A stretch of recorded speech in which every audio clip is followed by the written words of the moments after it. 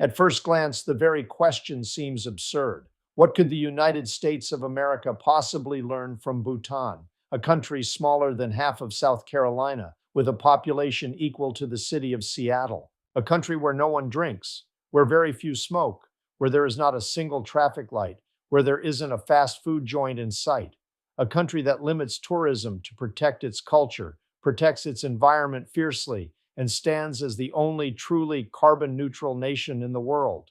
Absurd, right? And yet, maybe not. Bhutan doesn't measure progress in dollars, it measures it in happiness. Yes, gross national happiness. Imagine that. While we in America chase productivity, growth, and quarterly profits, Bhutan dares to ask, are people well? Are they connected? Are they at peace? Bhutan's constitution mandates that 60% of the land remain forested. Today, it's closer to 70%. It absorbs more carbon than it emits. Think about that for a moment. A developing nation, often described as poor, leads the world in protecting the future of the planet.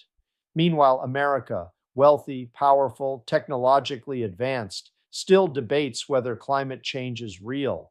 In a globalized age, Bhutan has welcomed modernity cautiously on its own terms. Television, the internet, and tourism arrive in measured doses so that heritage isn't drowned out by noise. In America, our diversity is our strength, but it also sometimes leaves us fractured. Bhutan suggests there is another way, embracing change without surrendering what makes you, you. The Bhutanese pace of life is slower. Families and communities matter. Spiritual practice isn't squeezed into the margins of life, it sits at the center. For Americans living on the hamster wheel of more, faster, better, Bhutan quietly whispers, maybe happiness is less about having and more about being. Bhutan is a parliamentary democracy, but it also has a king, one who sets a moral example for his people.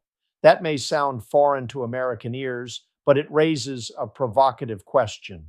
What would our democracy look like if leadership was measured not just by power or popularity, but by wisdom, restraint, and the ability to inspire moral purpose? So, yes, it may sound absurd to imagine that a tiny Himalayan kingdom has something to teach the mightiest nation on earth, but sometimes wisdom comes from the places we least expect. Bhutan's example doesn't suggest we can or should copy it. What it offers is a mirror. And the reflection staring back asks us, what really matters?